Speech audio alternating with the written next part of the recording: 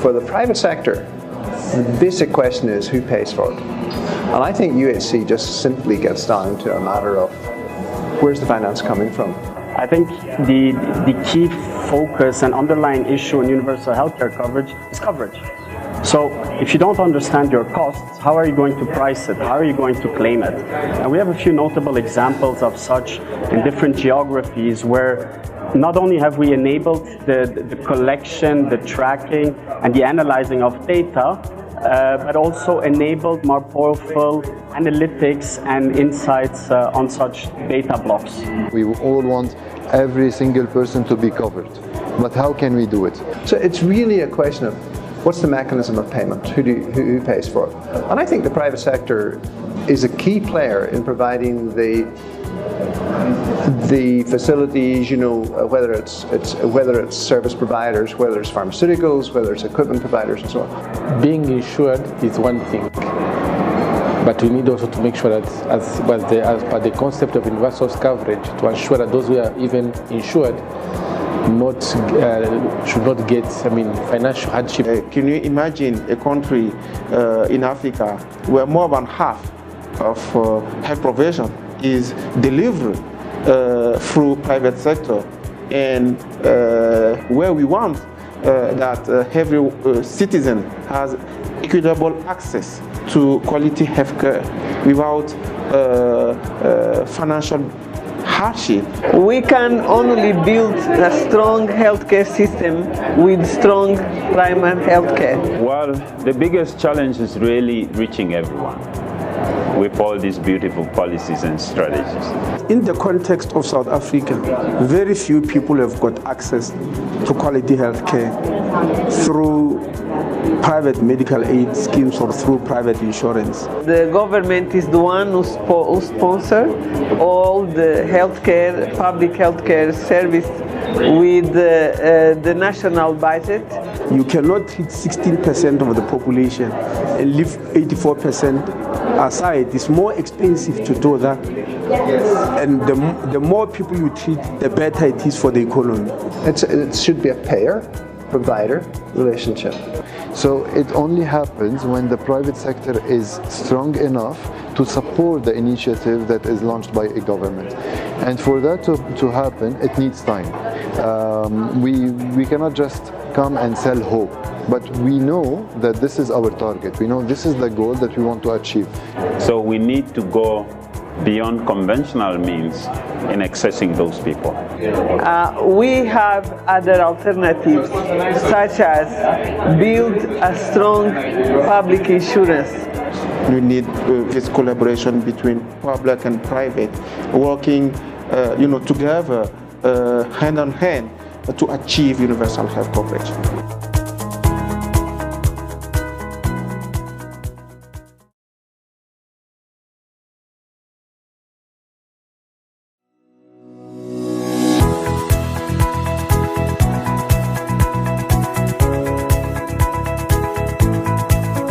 The public sector is taking care of about 81% of the total population, and the private sector is taking care of 19%. The government is the one who sponsors all the healthcare, public healthcare service with the national budget. You cannot treat 16% of the population and leave 84% aside. It's more expensive to do that. And the more people you treat, the better it is for the economy. We in Angola recently approved a law that the taxes from alcohol and tobacco, they go to the public health programs. We want to pass a law that as part of your employment contract, there must be a premium paid towards an established national health fund, to which all of us must contribute. We have other alternatives, such as build a strong public insurance. And the other way to go to get some sources of finances is to get the taxes. We have to improve our efficiency, cut down on wastage and duplication. That's a must. Then, on top of that, we need to increase the number of people who pay premium for medical aid.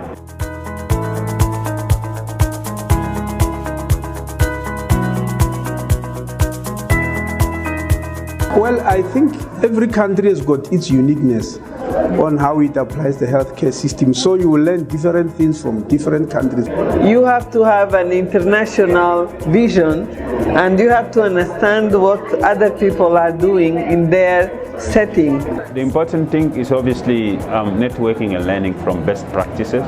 Where, as I said, we learn from Ghana, we learn from Germany, Mexico, and we learn from now Japan, which is one of the oldest. So we continue this network and panel beating our program until we perfect it.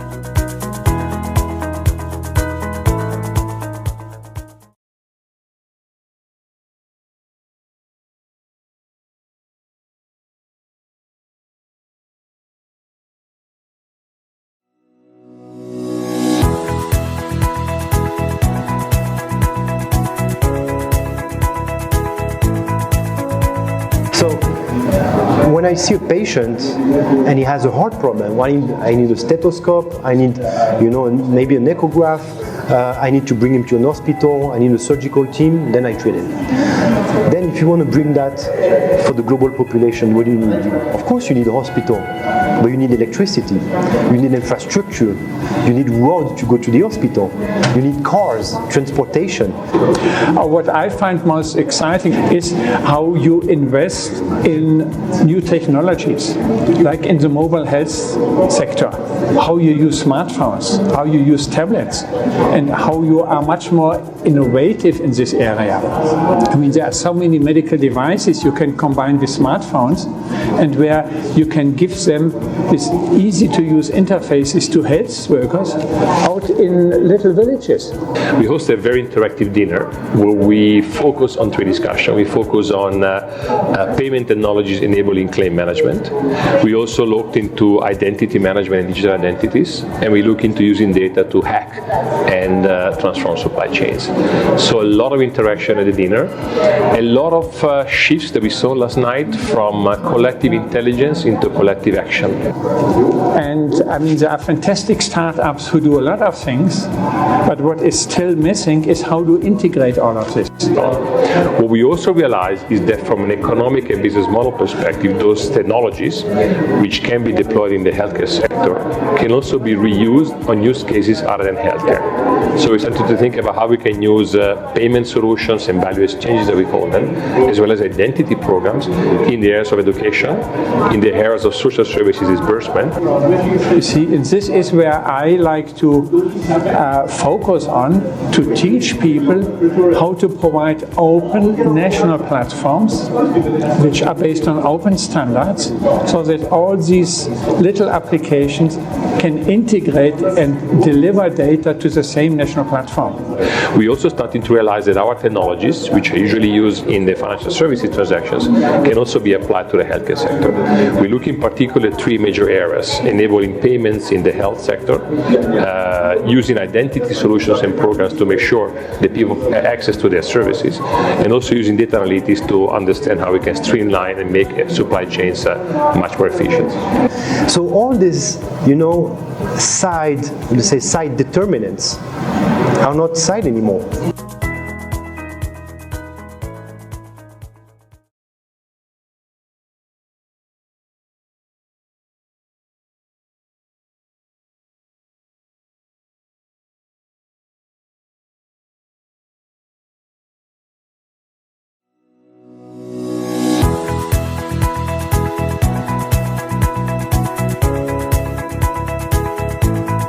We are breaking the barriers between the people of Africa.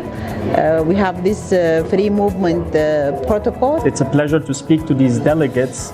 Not only that, not just speaking and talking, but starting exploratory discussions of how these partnerships can materialize in concrete. And I think another important aspect of things is that it's nice to hear what is out there. You're doing good things.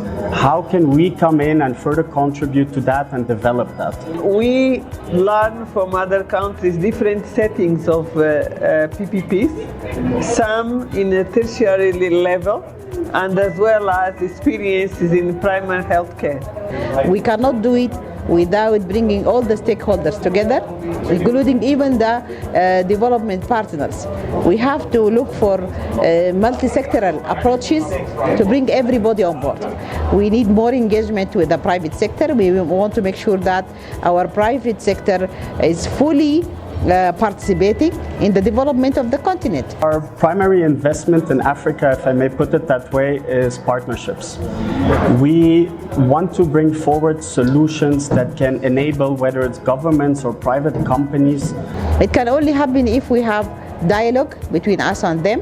It will only happen if the private sector itself is organized. So it is very important to have this relationship between the public sector, the private sector, plus the civil society organizations. Governments alone cannot do it if we talk about the implementation of Agenda 2063.